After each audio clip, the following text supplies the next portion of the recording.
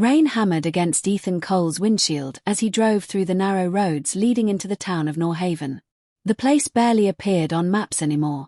Closed factories stood like rusted skeletons beside empty streets, and nearly every storefront carried fading signs from businesses that had died years earlier. Ethan had spent months chasing rumors surrounding the Blackmere Road massacre, but even experienced crime reporters avoided discussing it in detail. His producer had warned him before he left London. "People there don't talk about what happened," she said over the phone. "And the ones who do usually regret it." Ethan ignored the warning. By late evening, he parked outside a small pub facing the town square. Conversations stopped almost immediately when he entered carrying his camera bag. The bartender, an exhausted man with grey stubble and trembling hands, stared at him without smiling. "You're not from here," the bartender muttered. "I'm working on a documentary," Ethan replied. "About Blackmere Road." The reaction was instant. One woman lowered her drink and quietly walked out. An older man near the fireplace crossed himself under his breath.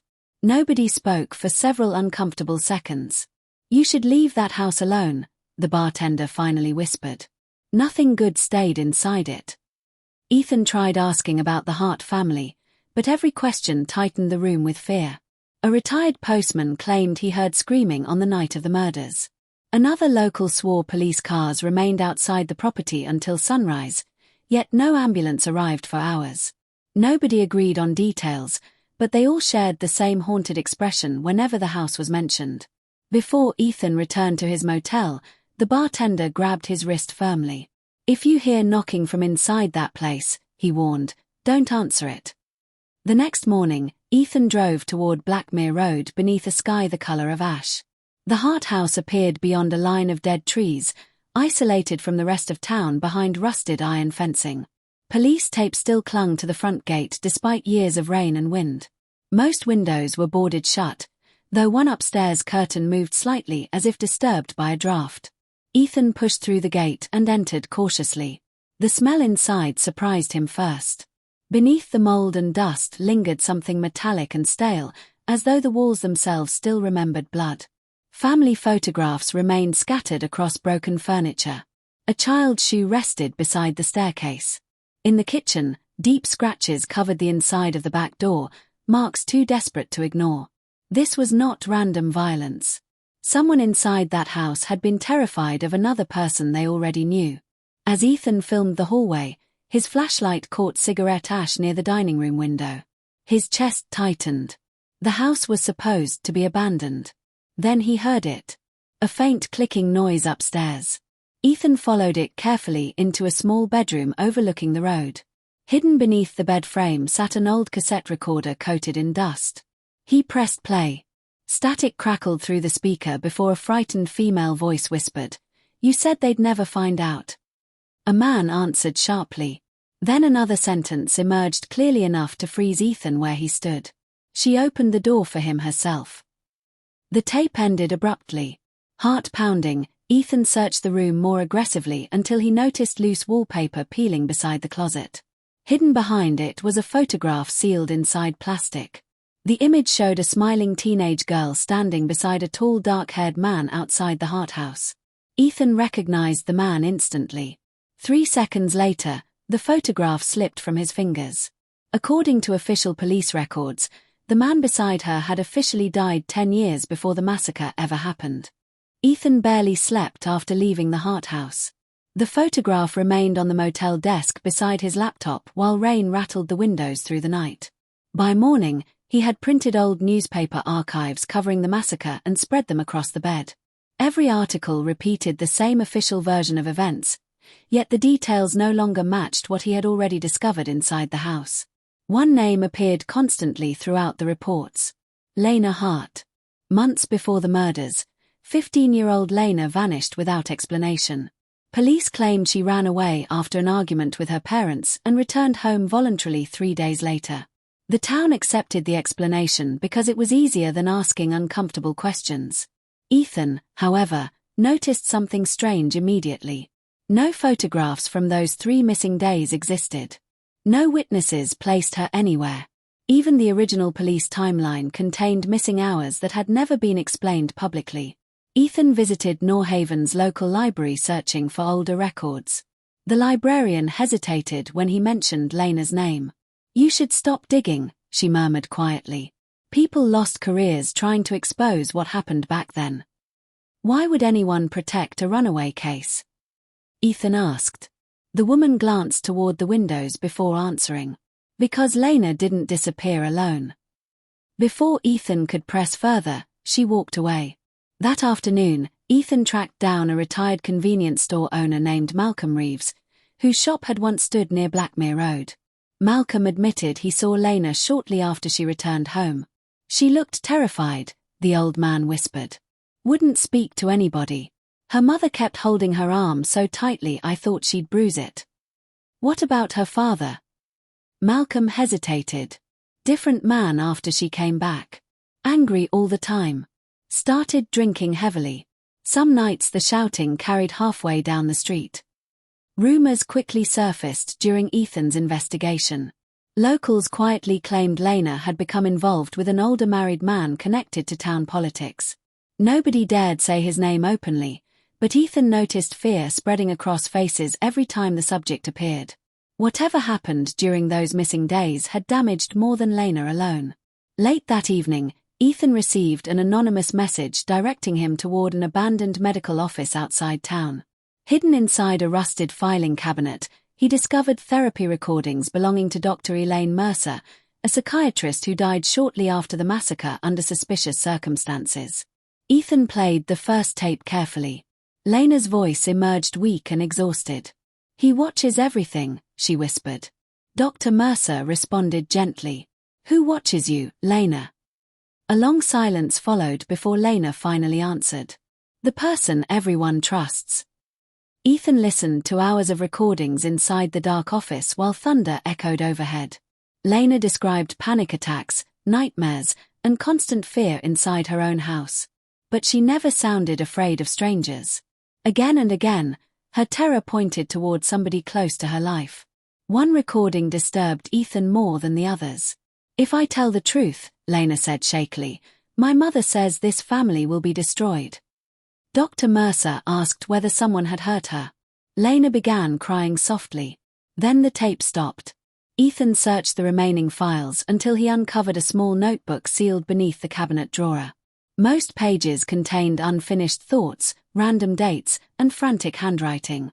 But the final pages carried only one sentence repeated over and over until the ink nearly tore through the paper. "He promised nobody would believe me." Beneath the final line, Lena had written a single name: Daniel Mercer. The name Daniel Mercer spread through Norhaven like a ghost people pretended not to see. After discovering Lena's notebook, Ethan spent 2 days tracing Mercer's history through school records, archived newspapers, and nervous conversations with former students who initially refused to speak on camera. Every description sounded almost identical. Kind. Brilliant. Patient. The teacher everyone trusted. Daniel taught literature at Norhaven Academy for nearly 15 years and built a reputation helping emotionally troubled students. Parents praised his calm personality and intelligence. Local newspapers once described him as a mentor shaping the town's future. Ethan even found photographs showing Daniel organizing charity drives and counseling teenagers after school hours. But beneath the polished image, small contradictions slowly began appearing. A former student named Rachel agreed to meet Ethan at a quiet cafe outside town. She kept checking the windows while speaking. "He liked broken people," she admitted carefully. "Not in an obvious way. He made you feel understood first. Special. Like he saw pain nobody else noticed." "Was he inappropriate with students?" Ethan asked. Rachel hesitated for several seconds. "He never crossed lines publicly. That's what made him dangerous." She explained how Daniel often isolated vulnerable students emotionally from their families and friends. He positioned himself as the only person they could trust. Many students became deeply dependent on his approval, especially girls struggling with depression or unstable homes. Then Rachel mentioned Lena Hart. "The way he looked at her was different," she whispered. "Everybody noticed eventually." According to former classmates, Lena became withdrawn shortly after Daniel began mentoring her privately. She stopped eating lunch with friends and spent long periods alone in empty classrooms after school. Rumors spread quietly through the academy, but administrators ignored concerns because Daniel remained highly respected within the community. Ethan uncovered another disturbing detail while reviewing visitor records from the Hart neighborhood. Daniel Mercer's car had been seen near Blackmere Road multiple times during the months before the massacre. One elderly neighbor even recalled Daniel entering the Hart house late at night while Lena's father was supposedly away for work. None of this appeared in official police reports. That realization led Ethan to retired Detective Simon Vale, one of the first officers assigned to the original investigation. They met inside Vale's cramped apartment filled with old case files and unopened whiskey bottles. The former detective looked exhausted before Ethan even asked his first question. "You're chasing something people buried for a reason," Vale muttered. "Did police investigate Daniel Mercer properly?" Vale laughed bitterly. "We tried." The old detective revealed that investigators originally considered Daniel a person of interest after witnesses placed him near the Hart house repeatedly. Officers collected statements suggesting Lena feared him, and several items recovered from the crime scene allegedly connected Daniel directly to the family. Then the evidence disappeared. What do you mean disappeared? Files vanished. Witness interviews got altered. Orders came from higher up telling us to back off. Vale stared toward the floor. Somebody important protected him. Ethan's stomach tightened. Why? Vale looked directly into his eyes. Because Daniel knew things about powerful people in this town. Dangerous things. Before leaving, Vale handed Ethan an old storage key connected to a closed gas station outside Norhaven. Hidden inside the station's security archive, Ethan discovered damaged surveillance footage police never logged officially into evidence. The timestamp showed the night of the massacre. Ethan watched silently as a dark sedan pulled beside the Hart house shortly after midnight. A man stepped from the vehicle wearing a long coat before walking toward the front entrance. Even through the grainy footage, Ethan recognized him instantly. Daniel Mercer. His pulse quickened as he replayed the video again and again. Publicly, Daniel Mercer had claimed he was out of town the night the Hart family died. Ethan replayed the surveillance footage until sunrise blurred through the motel curtains. Daniel Mercer's arrival at the Hart house destroyed the official timeline completely. If Daniel had lied about his whereabouts that night, then almost every conclusion surrounding the massacre had been built on false testimony. By afternoon, Ethan sat surrounded by crime scene photographs, police transcripts, and witness statements spread across the motel floor. Piece by piece, the final night of the Hart family began taking shape. And it was far worse than the town had ever admitted. According to archived statements, neighbors first heard shouting shortly after midnight. One woman reported violent crashing sounds coming from inside the house, followed by glass breaking somewhere upstairs. Another witness remembered hearing a teenage girl screaming repeatedly for someone to stop. Nobody contacted police. Not then. Not even when a child's cries echoed into the street nearly 40 minutes later. Fear had already poisoned Blackmere Road long before the murders happened. Residents admitted the Hart family arguments had become common during the weeks leading up to the killings. Lena's father, Richard Hart, reportedly discovered evidence of her secret relationship hidden inside her bedroom. Ethan found references to letters, missing photographs, and furious confrontations that escalated almost nightly. Richard reacted violently. Several neighbors described hearing him smash furniture while shouting Daniel Mercer's name through the walls. Others recalled seeing bruises on Lena's arms during her final weeks alive. Yet despite obvious signs of abuse inside the home, nobody intervened publicly. Ethan uncovered another detail buried deep inside police records. Lena's mother, Caroline Hart, suffered what investigators described as severe emotional instability after learning about her daughter's relationship rumors. Friends claimed Caroline became paranoid, obsessively checking Lena's phone, locking windows at night, and refusing to leave the house alone. One former neighbor described Caroline standing outside in the rain at 3 a.m, staring silently toward the road while gripping a kitchen knife beneath her coat. The deeper Ethan investigated, the clearer it became that the Hart house had already collapsed emotionally before the massacre even began. Then came the police photographs. Ethan viewed them alone inside Detective Vale's apartment while the retired officer smoked silently beside the window. The official report described a single intruder attacking the family during a violent confrontation. But the images told another story entirely. There were footprints from at least 3 different shoe sizes inside the kitchen. Blood patterns suggested multiple struggles happening simultaneously on separate floors. Deep scratches covered the back hallway walls, as though someone had been dragged violently through the house. One shattered lamp contained traces of blood from 2 separate victims. "This doesn't match one attacker," Ethan whispered. "It never did," Vale replied. Another image showed the dining room overturned completely, yet several framed photographs nearby remained untouched. Ethan immediately recognized the inconsistency. Real chaotic violence rarely left delicate objects perfectly undisturbed unless the scene had been altered afterward. Someone manipulated the crime scene. Worse still, police documentation revealed officers arrived unusually late despite emergency calls originating nearby. Dispatch logs contained missing timestamps, overwritten statements, and contradictions investigators never explained publicly. Ethan's stomach turned while examining autopsy records late that evening. Something inside the medical timeline felt wrong. One victim, officially declared dead shortly after midnight, displayed body temperature readings inconsistent with the report. He checked the numbers again carefully. Then again. The realization hit him slowly. According to forensic evidence, at least one member of the Hart family survived for several hours after police claimed the murders were already over. Meaning somebody remained alive inside that house long after the violence ended. And nobody came to help them. The autopsy discovery refused to leave Ethan's mind. If someone inside the Hart house survived for hours after the massacre, then the official investigation had concealed far more than simple incompetence. By the following evening, he returned to Blackmere Road carrying fresh camera batteries, forensic notes, and the growing certainty that important evidence still remained hidden inside the property. Rainwater dripped steadily through the collapsed ceiling as Ethan stepped back into the house. The silence felt heavier now, almost watchful. Every room carried traces of emotional decay frozen in time.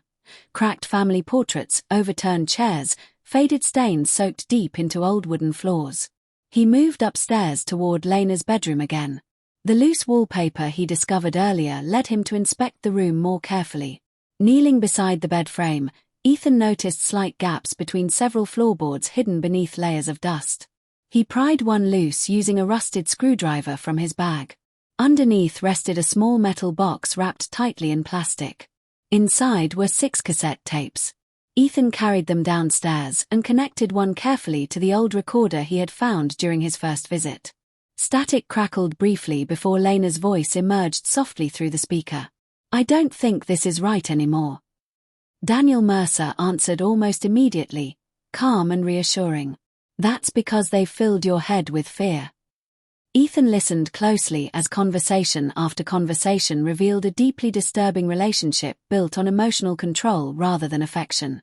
Daniel constantly positioned himself as Lena's only source of comfort while slowly poisoning her trust in everyone around her.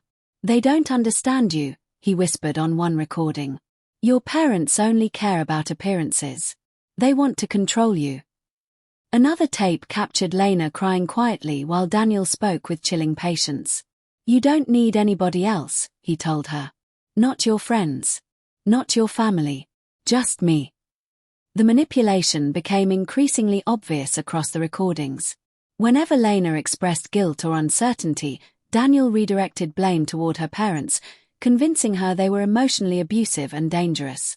Ethan felt sick realizing how deliberately Daniel isolated vulnerable students from support systems around them. But Lena's fear also grew stronger over time. On one tape, she whispered shakily, "My father knows you've been coming here." Daniel's voice hardened instantly. "Then you cannot tell him anything. Do you understand me?" Ethan paused the recording. For the first time since arriving in Norhaven, genuine anger replaced his professional detachment. Daniel Mercer had not simply manipulated Lena emotionally. He had systematically dismantled her reality until fear and dependency became inseparable. Ethan loaded another cassette. This recording sounded different immediately. The conversation carried urgency beneath the surface. Lena was absent entirely. A second male voice spoke quietly in the background. "She's unstable now," the unknown man muttered. "This situation is becoming dangerous." Daniel responded sharply. "I'm handling it." "You said that already." Several seconds of silence followed before the second man delivered a sentence that sent cold tension through Ethan's chest. "Finish the problem before it destroys all of us." The tape clicked off. Ethan replayed the final words repeatedly, focusing carefully on the second speaker's voice. Something about the tone sounded familiar. Deep. Controlled. Publicly polished. Then realization struck him. Hours earlier, Ethan had watched a televised campaign interview playing inside the motel lobby. The voice on the tape belonged to Adrian Holloway, a rising national politician currently leading in parliamentary polls. Ethan spent the entire night staring at the cassette recorder in disbelief. Adrian Holloway was no small-town official buried in forgotten corruption scandals. He was one of the country's fastest-rising political figures, appearing nightly across national television while campaigning on promises of justice and family values. Yet his voice had surfaced inside hidden recordings connected to the Blackmere Road massacre. By morning, Ethan's documentary investigation had quietly exploded beyond Norhaven. After leaking portions of the surveillance footage and selected police inconsistencies to trusted journalists, he began receiving calls from reporters, retired detectives, and former residents suddenly willing to speak after years of silence. Fear still controlled them. But fear was finally cracking. Ethan met several former townspeople inside an abandoned cafe near the railway station. None agreed to appear on camera. Most kept their faces hidden beneath hoods or hats while speaking quietly over untouched coffee. "We all knew something was wrong," one woman admitted shakily. "But people who asked questions lost jobs. Lost reputations. Some just disappeared from town entirely." Another man revealed local officers routinely ignored complaints involving prominent families connected to Norhaven Academy. Rumors of inappropriate relationships, assaults, and intimidation had circulated for years, yet investigations rarely moved forward. The same names appeared constantly beneath the surface. Daniel Mercer, Adrian Holloway, several influential businessmen, and police officials who protected them. That evening, retired Officer Graham Pike contacted Ethan privately and insisted they meet outside town. Pike looked terrified from the moment he arrived. "You need to stop digging," he warned immediately. "These people aren't protecting themselves anymore. They're protecting entire careers." Ethan ignored the warning. What was removed from the Hart House? Pike stared silently toward the empty road before answering. "Photographs. Tapes. Clothing. Anything connecting Mercer to the family disappeared before evidence teams finished processing the scene." "Who gave the order?" "Senior officials from county headquarters." Pike's voice lowered further. "They treated that house like a political emergency, not a murder investigation." According to Pike, investigators uncovered links between Daniel Mercer and several influential men across the county, including educators, local officials, and wealthy donors connected to youth charities. Complaints involving vulnerable teenagers were quietly buried for years through intimidation and institutional protection. "The Hart case threatened all of them," Pike whispered. "That's why panic spread after Lena started talking." Ethan drove back toward Norhaven feeling physically sick. Every answer uncovered something larger hiding beneath it. Blackmere Road was no longer just a family massacre. It was becoming evidence of organized corruption stretching far beyond one town. But the deeper Ethan pushed, the more unstable his own life became. Anonymous calls started arriving after midnight. Sometimes nobody spoke at all. Other times distorted voices whispered warnings before hanging up abruptly. One message simply said, "You are being watched." Ethan stopped sleeping properly. He checked motel windows constantly and jumped whenever footsteps approached his door. Even editing documentary footage became difficult as paranoia consumed him hour by hour. Then the envelopes started arriving. The first contained newspaper clippings soaked in red paint. The second carried only one sentence typed across blank paper. Leave Norhaven before you disappear too. By the end of the week, Ethan barely trusted anyone around him. He kept curtains closed permanently and carried copies of evidence everywhere in case somebody attempted to silence him. Late one stormy evening, the motel receptionist handed Ethan another unmarked envelope delivered anonymously moments earlier. Inside were several crime scene photographs never released publicly. His pulse quickened immediately. The images showed the Hart house from angles absent in official police records. Officers moved through blood-covered hallways while paramedics stood outside the property smoking cigarettes casually. Then Ethan reached the final photograph. His stomach tightened violently. Lena Hart lay against the kitchen cabinets covered in blood. But her eyes were open. And according to the timestamp printed across the bottom corner, she was still alive nearly 3 hours after police officially declared her dead. The photograph of Lena alive inside the kitchen changed everything. Ethan spent hours studying the timestamp, comparing it against police logs and emergency response records. The official investigation had not merely hidden evidence. Someone deliberately allowed a dying girl to remain trapped inside that house while authorities manipulated the scene around her. One name surfaced repeatedly in the unreleased documents attached to the envelope. Maya Collins. Unlike the Hart family, Maya survived the massacre. Public records claimed she was a distant family friend hospitalized briefly after the killings before disappearing completely from public view. After days of searching through medical archives and old legal documents, Ethan finally traced her location to St. Drennan Psychiatric Hospital nearly 2 hours outside Norhaven. She now lived under another name. The hospital itself resembled a prison more than a treatment center. Grey walls surrounded the isolated building while security cameras followed visitors through narrow corridors. A nurse escorted Ethan toward room 214 after repeated warnings that Maya rarely spoke to strangers.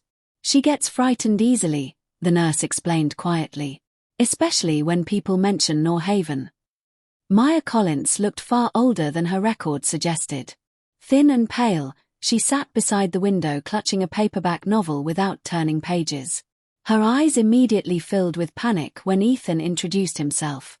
"I'm not police," he said gently. "I'm trying to understand what happened to Lena." Maya stood abruptly. "You need to leave." Ethan carefully placed the cassette tapes onto the bedside table.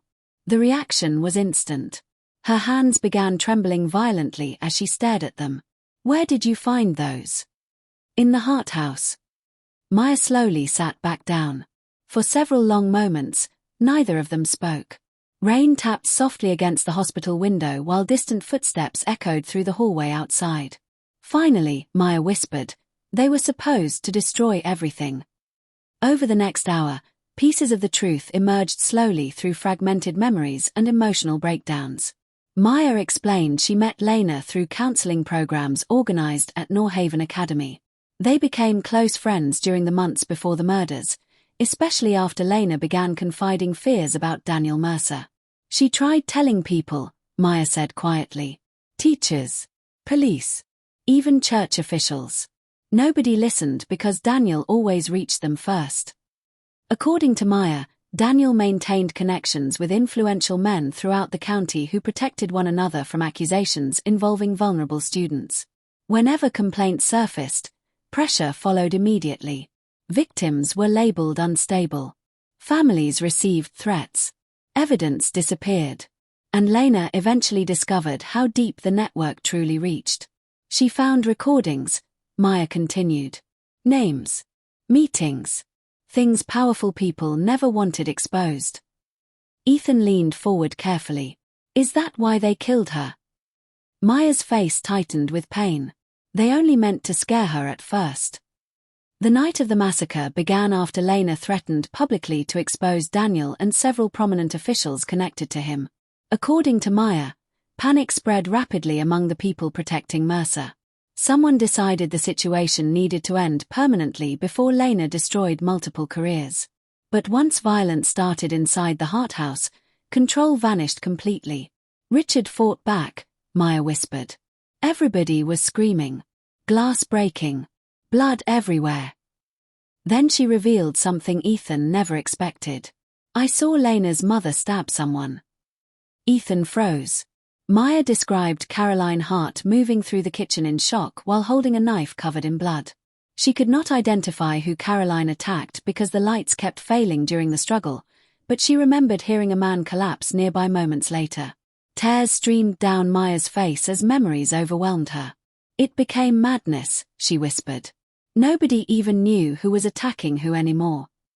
Ethan asked the final question carefully. Was Daniel Mercer there? Maya looked directly into his eyes.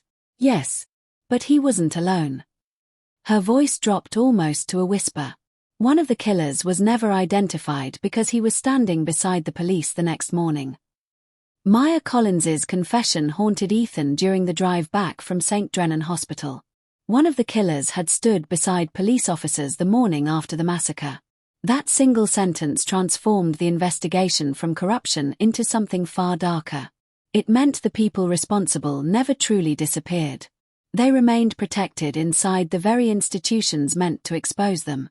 Despite mounting fear, Ethan decided to finish the documentary. Within days, carefully edited footage from Blackmere Road appeared online. Ethan released sections of the hidden tapes, blurred copies of suppressed crime scene photographs, and evidence contradicting official police timelines. The response exploded almost immediately across national media. News stations reopened discussions surrounding the Hart massacre for the first time in years. Online forums filled with theories, outrage, and demands for new arrests. Former Norhaven residents began sharing their own experiences anonymously, describing emotional abuse, intimidation, and inappropriate relationships connected to influential men across the county. More victims slowly emerged. One woman claimed Daniel Mercer manipulated her throughout secondary school before threatening suicide whenever she attempted to leave his influence behind. Another former student described school officials ignoring complaints after Mercer allegedly isolated vulnerable teenagers through private counseling sessions. The pattern was impossible to ignore now.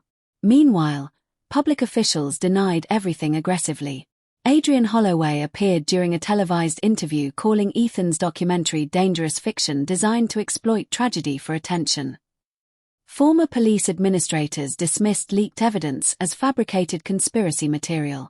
Yet their panic became increasingly obvious as journalists uncovered missing case files and contradictory statements from retired investigators.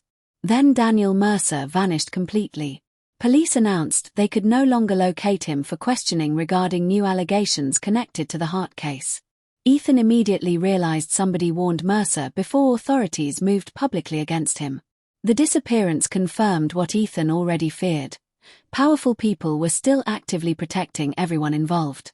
His producer, Claire Bennett, called late one evening sounding terrified.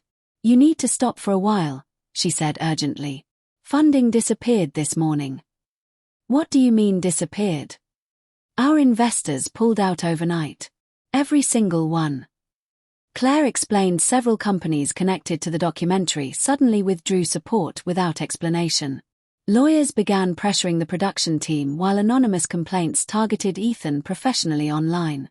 Even streaming distributors stopped returning calls. "Someone's leaning on everybody," Claire whispered. "This is getting dangerous." Ethan barely listened anymore. Obsession had consumed him completely. He stopped shaving, barely slept, and spent entire nights reviewing recordings inside the motel room surrounded by photographs of Lena Hart. The deeper he entered her story, the more personal the investigation became. He no longer cared whether the documentary destroyed careers or institutions. He wanted the truth exposed completely. Near midnight 3 days later, the motel receptionist handed Ethan another anonymous package left without explanation at the front desk. Inside rested a worn leather diary wrapped carefully in plastic. Lena Hart's name appeared across the front cover. Ethan opened it slowly. Page after page described years of emotional manipulation, fear, secrecy, and psychological exhaustion. Lena detailed how Daniel Mercer slowly convinced her nobody else understood her pain.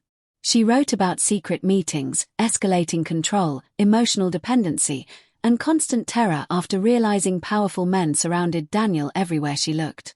Several entries described her parents unraveling emotionally as suspicion consumed the household. Others revealed Lena attempted repeatedly to report what was happening before authorities dismissed her concerns as instability. The final pages became increasingly frantic. Sentences trailed off mid-thought. Ink smeared across tear-stained paper. Lena described feeling trapped between violent family conflict and the growing certainty that influential people wanted her silenced permanently. Ethan reached the final entry just before dawn. His hands trembled while reading the last sentence Lena Hart ever wrote. "If they kill me, they'll call it madness instead of murder." Lena Hart's final diary entry spread across national media within 48 hours of Ethan releasing the completed documentary. Public reaction became immediate and explosive.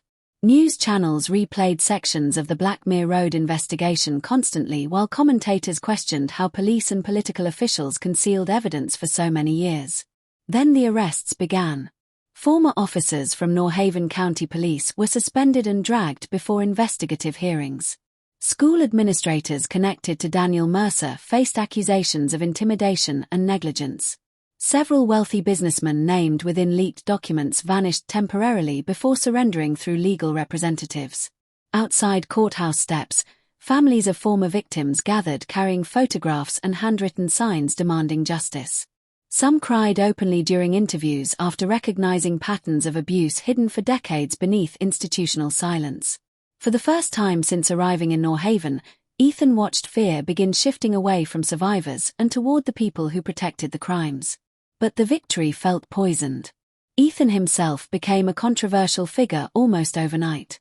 While many praised him publicly for exposing corruption, others accused him of exploiting trauma for fame. Protesters gathered outside television studios carrying signs condemning the documentary as emotional voyeurism disguised as journalism. One mother confronted Ethan directly outside the courthouse after a hearing. "My daughter spent years trying to forget those people," she shouted through tears. "Now she's terrified again because of you." Ethan could not answer.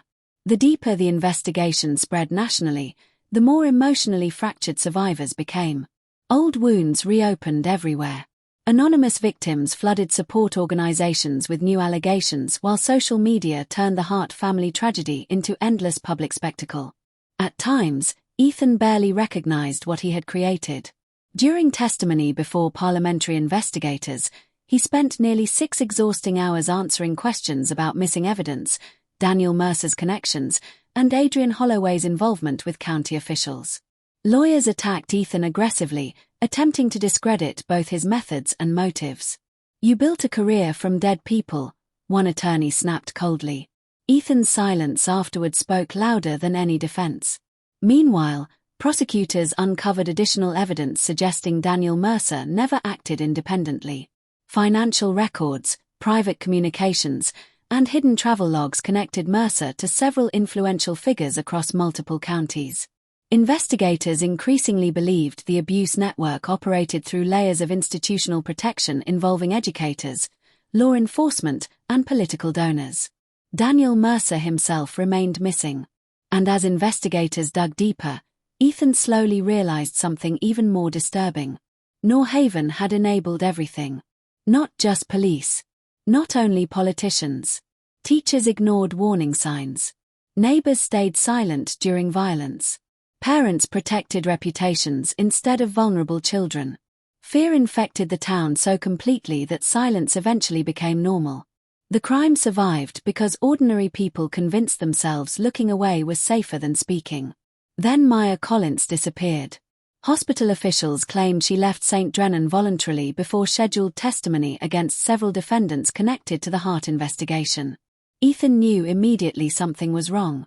Maya had been terrified constantly, convinced powerful people still wanted her dead. Now nobody could find her. Panic spread quickly through prosecutors already struggling to keep witnesses protected. Rumors circulated online claiming Maya fled the country. Others believed she suffered another psychological breakdown. Ethan feared something far worse. 3 days later, another disaster struck. A former evidence clerk connected to the original massacre investigation was found dead inside the courthouse basement shortly before scheduled testimony. Authorities initially labeled the death a suicide, but inconsistencies surfaced almost immediately. Then security footage leaked anonymously to journalists. Ethan watched the video alone inside his motel room long after midnight. The timestamp showed courthouse corridors nearly empty before the witness entered the basement archive room. Several minutes later, another figure appeared briefly on camera wearing a dark coat and baseball cap pulled low across his face. Even through the grainy footage, Ethan recognized him instantly. Daniel Mercer. The missing teacher disappeared into the courthouse basement less than 20 minutes before the witness died.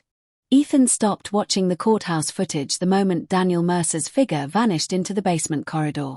The screen kept playing, but his mind had already fractured the timeline into something worse than anything he had imagined so far.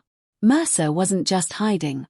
He was still operating inside the system itself, moving through institutions like they still belonged to him. By the time the final phase of the investigation began, the entire Blackmere Road case had transformed into something no one could fully control anymore. Prosecutors finally obtained sealed files from county archives, and what they uncovered rewrote every earlier assumption about the Hart family massacre. Daniel Mercer had not acted alone. For years, he had built emotional control over vulnerable teenagers under the protection of powerful allies who benefited from silence. Hidden financial transfers, private meetings, and suppressed complaints all pointed toward a structured network rather than isolated abuse. School officials ensured complaints never reached law enforcement. Officers buried reports before they could be logged into national databases. Local politicians intervened whenever investigations threatened exposure. Mercer was the face of it, but not the foundation. Ethan learned this as he reviewed newly unsealed statements from former staff members at Norhaven Academy. One file described a protective circle surrounding Mercer that extended beyond education into politics and law enforcement. Another report confirmed that complaints about Lena Hart were escalated internally multiple times before being deliberately dismissed. Everything led back to one conclusion. The town had chosen to protect him. The final reconstruction of events inside the Hart house came together through forensic reanalysis and survivor testimony. Lena, already aware of Mercer's broader connections, had begun collecting evidence in secret. Audio recordings, written notes, and intercepted conversations revealed a pattern of abuse stretching far beyond her personal experience. She had tried multiple times to expose it through official channels, but each attempt failed before it could reach public attention. When she realized institutional routes were closed, she turned toward confrontation.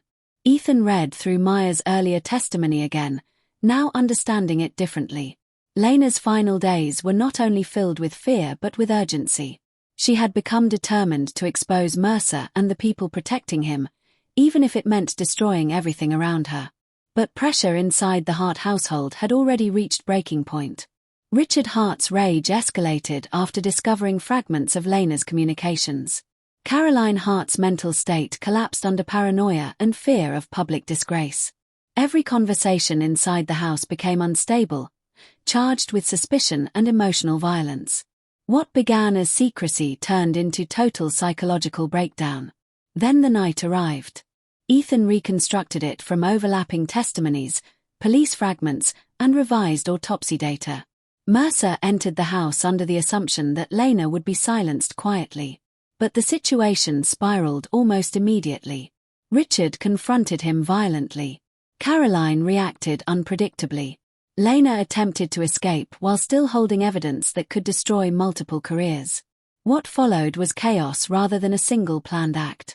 Multiple people fought for control of information, survival, and exposure. Evidence suggested at least one individual inside the house attempted to eliminate anyone who might reveal the truth afterward. The massacre became less about a single killer and more about panic-driven containment of a secret too large to survive public scrutiny. And at some point during that collapse, police were called. But they did not respond normally. Ethan uncovered internal dispatch logs showing delayed responses, altered timestamps, and removed officer statements. By the time authorities arrived, the situation had already ended in silence. Yet instead of preserving evidence, officers began restricting access to the property almost immediately.